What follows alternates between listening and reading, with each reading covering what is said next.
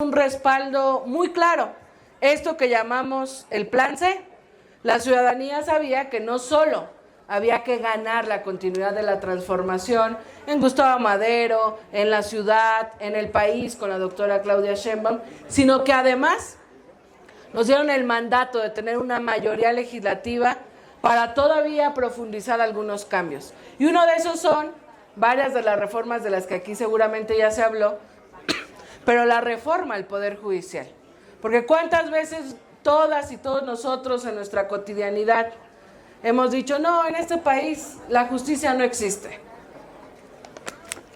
Y lo decimos porque nos enfrentamos a ministerios públicos que no lo resuelven, nos enfrentamos a la corrupción de policías, nos enfrentamos y conocemos de manera pública que hay jueces corruptos que les condonan grandes impuestos a oligarcas como Salinas Pliego, no obstante que debe millones de pesos al fisco.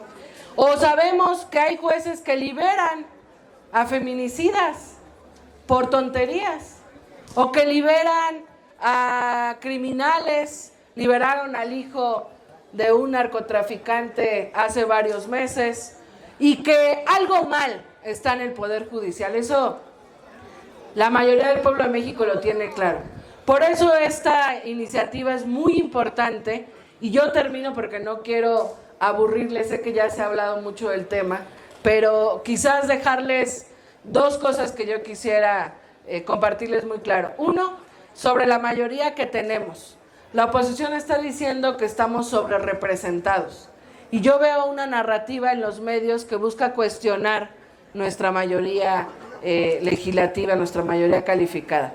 Compartirles, yo tuve el honor de que la doctora Claudia me encargara la construcción de las coaliciones, y siempre cuando nos aliamos con el PT y con el Verde, teníamos muy claro que había que hacer una coalición lo suficientemente inteligente para tener la mayoría calificada. Es decir, para que Morena metiera cierto número de diputados, para que el PT metiera cierto número de diputados, el Verde también, ningún partido se sobrerepresentara y cada partido metiera un buen número de diputados plurinominales.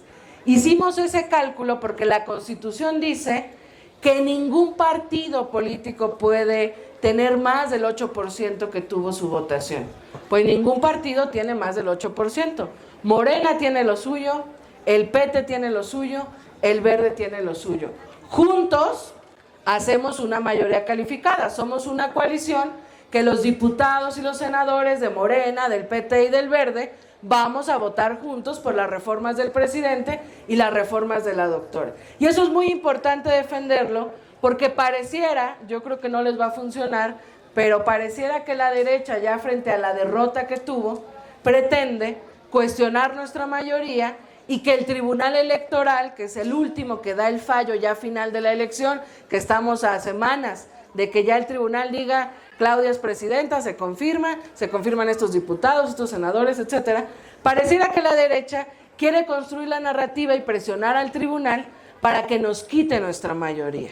Eso no va a pasar porque no hay argumento jurídico ni constitucional, pero ellos intentan cuestionarla públicamente, y a mí me parece que era importante dejar muy claro por qué tenemos la mayoría calificada, porque hicimos una buena coalición que nos permitió tener un buen número de diputados a cada partido, y juntos pues hacemos la mayoría. Y lo otro que quisiera decirles, y con eso terminar, la importancia del Poder Judicial es mucha, son muchos los temas de los cuales podríamos hablar, pero de lo que públicamente se ha dicho mucho es que la gente va a elegir a sus jueces, a los magistrados. Y hay quienes dicen, no, qué grave, si la gente vota, entonces van a llegar jueces al servicio de los narcos, al servicio de los intereses creados, de los grandes empresarios. Perdón, pero quien dice eso yo no sé en qué país vive, porque hoy hay jueces que está demostrado que están al servicio del narco, que están al servicio de los grandes empresarios, de las grandes transnacionales, que son corruptos, y que hay una red de corrupción, no todos por supuesto, pero hay una red de corrupción que no puede continuar. Y yo les digo, cómo se elige actualmente un magistrado de la Suprema Corte de Justicia. Y lo digo con profunda crítica porque nosotros ya somos mayoría, pero siempre hay que mejorar. El Senado de la República tiene la facultad de nombrar a los magistrados de la Suprema Corte. Se emite una convocatoria, se registran las personas que cumplan con los requisitos de ley, se realizan entrevistas en las comisiones legislativas con senadores de todos los partidos y en teoría esas entrevistas tendrían que sacar a pues, las personas más capacitadas para ser magistrados. Hasta ahí todo bien. Pero ¿cómo se da en la actualidad? Y se ha dado así toda la historia. La cúpula legislativa, es decir, los coordinadores de cada grupo parlamentario, se ponen de acuerdo, no para revisar a los mejores perfiles que se inscribieron y que hicieron sus entrevistas. Se termina dando una negociación política de, bueno, tú gobiernas Yucatán, tú pones el del magistrado del Poder Tribunal Local de Yucatán, si es la Suprema Corte, bueno, pues vamos a repartirnos. Entonces, la realidad es que hoy no se elige de la manera correcta. Hoy la decisión la toma, o la han tomado durante los últimos años, varios de estos nombramientos, una cúpula legislativa. Y como yo le he dicho, si a mí me preguntan si yo prefiero que sea una lógica, perdón por la expresión, de cuotas y cuates de la cúpula legislativa o una decisión de la ciudadanía, la elección de magistrados, jueces y ministros, yo prefiero que sea la ciudadanía. Porque siempre va a ser menos equivocado que elija una mayoría a que elija un grupo de poder. Y esto nos va a obligar a todas y todos los ciudadanos a investigar.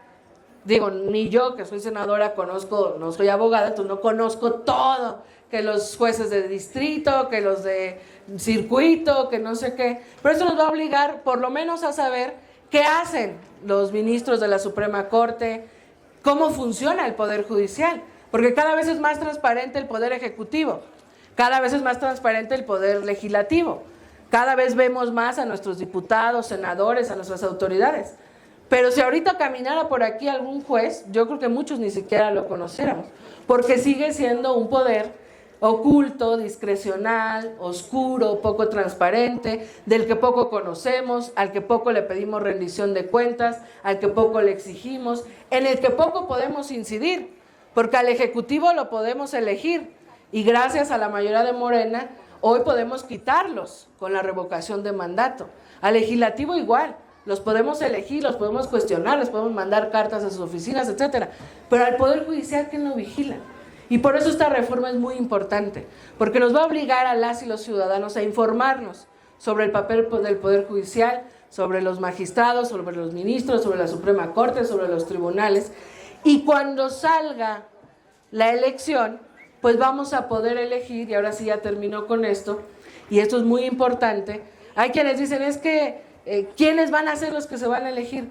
Pues la propuesta de ley que hasta ahorita está, plantea que el Poder Ejecutivo proponga 10 que cubran los requisitos de ley, que el Poder Legislativo, la Cámara de Diputados proponga 5 y el Senado 5, otros 10, y que el Poder Judicial proponga otros 10, de manera proporcional según el cargo, pero en el caso de la Suprema Corte. Entonces vamos a tener 30 nombres que no son inventados, sino que nos lo propuso cada uno de los poderes, y de esos 30 nombres, pues nosotros como ciudadanos vamos a investigar su trayectoria, va a haber tiempo en televisión y radio, esos tiempos de radio y televisión de spots, en los que alguien diga, hola, soy Citlali Hernández, soy abogada, llevo 20 años ejerciendo mi papel como defensora, nunca he accedido a un gran espacio judicial porque no soy corrupta, he defendido mujeres, niños, adolescentes y quiero que voten por mí. O sea, que cada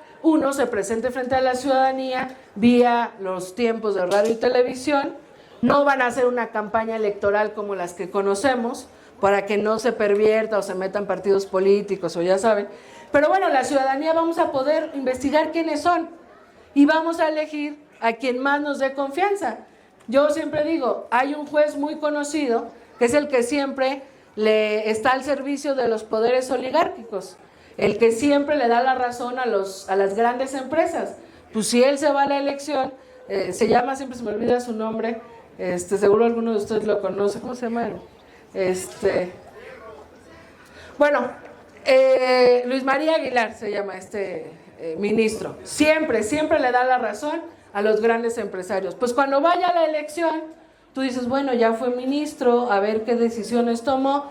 Pues resulta que es el que le perdona los impuestos a Salinas Pliego, el que le da la razón a las grandes empresas transnacionales para saquear nuestros recursos. Pues la verdad yo creo que la mayoría de la gente no lo vamos a elegir, ¿no? Entonces, bueno, pues esa es parte de lo que yo quería compartirles, además de lo que ya se dijo. Es muy importante, ayúdenos a compartir, a difundir, a armar un video, subirlo a sus redes, a platicarlos con su familia, porque es impresionante el momento que estamos viviendo. Probablemente en ninguna parte del mundo hay un pueblo tan politizado y hay una invitación tan intensa de involucrar a la ciudadanía en la toma de decisiones. Vamos todavía en un largo proceso de transformación y yo creo que todas y todos estamos muy felices porque tuvimos un gran logro y porque todavía falta seguir construyendo este segundo piso de la transformación. Muchísimas gracias, compañeras y compañeros, y gracias, Giancarlo, y a todos por la paciencia.